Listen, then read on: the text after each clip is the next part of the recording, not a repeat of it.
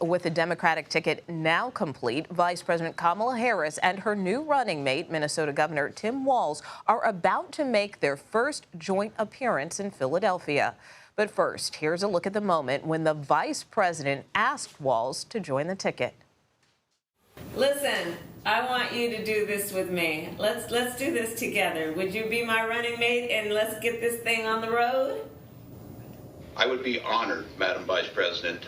The joy that you're bringing back to the country, the enthusiasm that's out there, it'll be a privilege to take this with you across the country.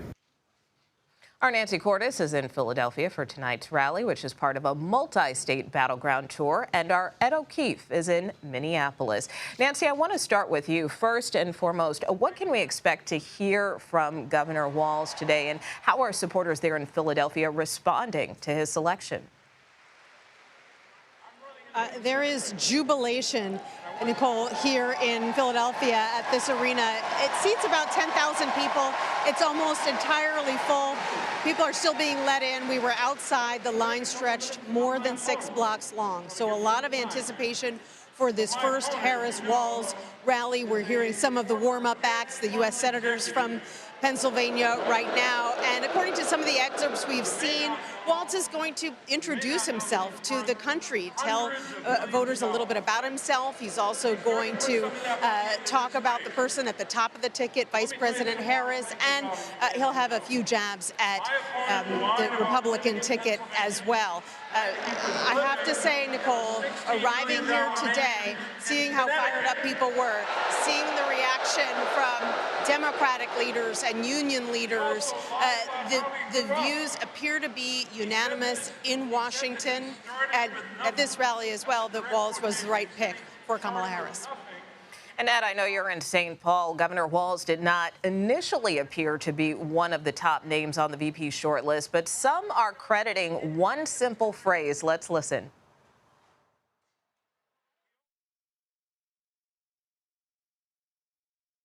We do not like what has happened where we can't even go to Thanksgiving dinner with our uncle because you end up in some weird fight that is unnecessary. and I think bringing back people together, well, it's true. These guys are just weird. We're not afraid of weird people. No. We're a little bit creeped out, but we're not afraid. Have you ever seen the guy laugh? That seems very weird to me that an adult can go through 6.5 years of being in the public eye. If he has laughed, it's at someone, not with someone. That is weird behavior. So besides coining the phrase weird, what were some of the other factors involved in Vice President Harris's decision to choose Tim Walz as her running mate? In a word, Nicole, chemistry. It came down to the fact that once they got a chance to meet again in person on Sunday at the vice president's residence, that they hit it off. Aides say that, they not only have a lot in common in terms of policy and their focus, whether it's on children, shoring up and protecting abortion rights in this state and trying to federally or nationally, the fact that they, just see eye to eye on a host of other issues, it just clicked. And that was the real reason. And they said, look, if you go back to 4 years ago when Joe Biden picked Kamala Harris, it was a similar thing. It just at the time made sense.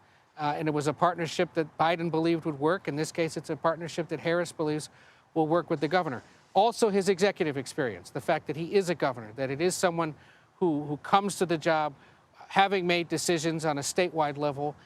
If you look now at the big 4 candidates on both sides, none of them have that sort of practical current executive experience in the public space, at least. And so there was a real push for that as well.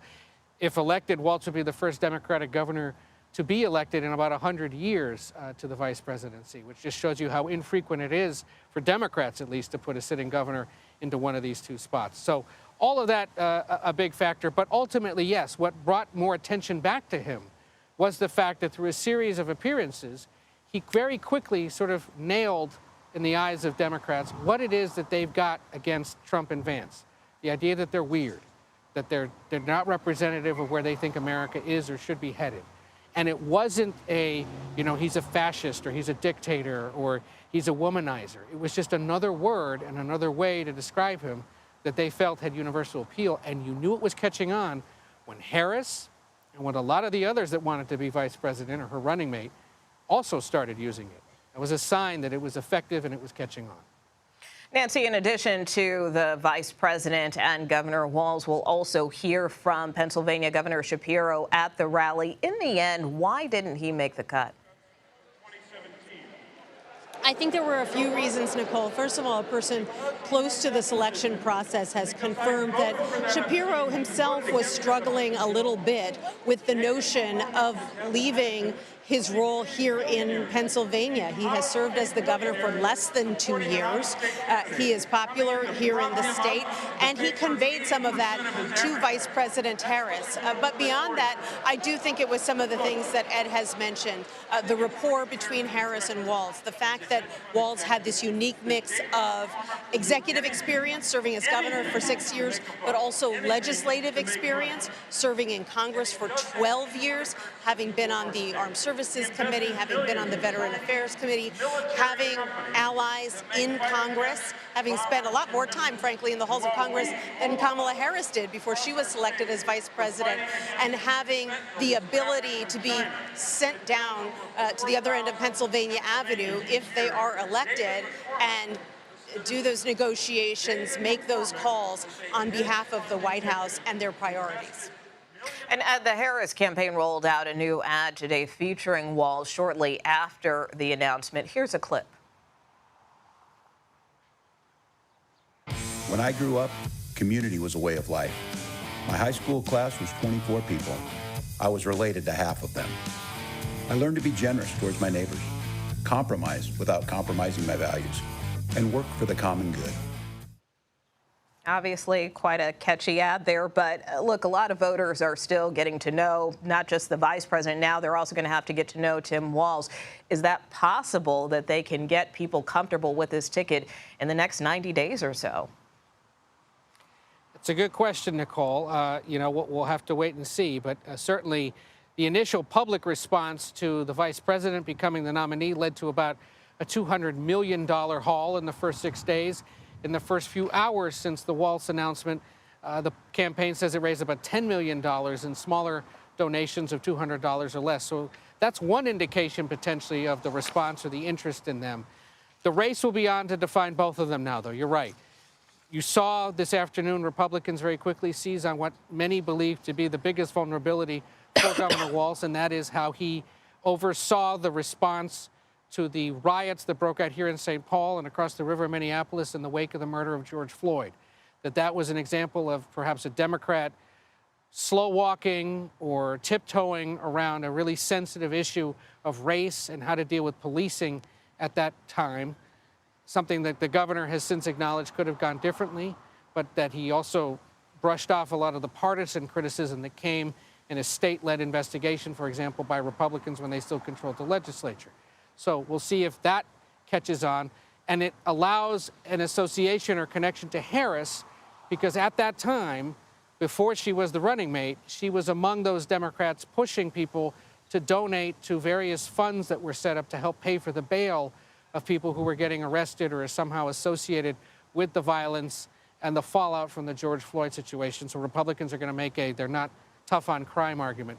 Walz will turn around and point out there were police reforms passed that changed the way police are able to interact with people here, but that also provided more money for training and provided more personnel in the mental health space to deal with some of these situations. It'll be interesting to see if that becomes a part of this conversation. So all sides have to define these two. Democrats will be hard-pressed to do it quickly, not only among their own members and supporters, but to those few thousand or 100,000 or so people in the battleground states who may ultimately still tip this. And remember, ultimately, Nicole, it's always about the top of the ticket, less the bottom of it. All right, Ed O'Keefe in St. Paul, Minnesota, Nancy Cordes in Philadelphia. Thank you both.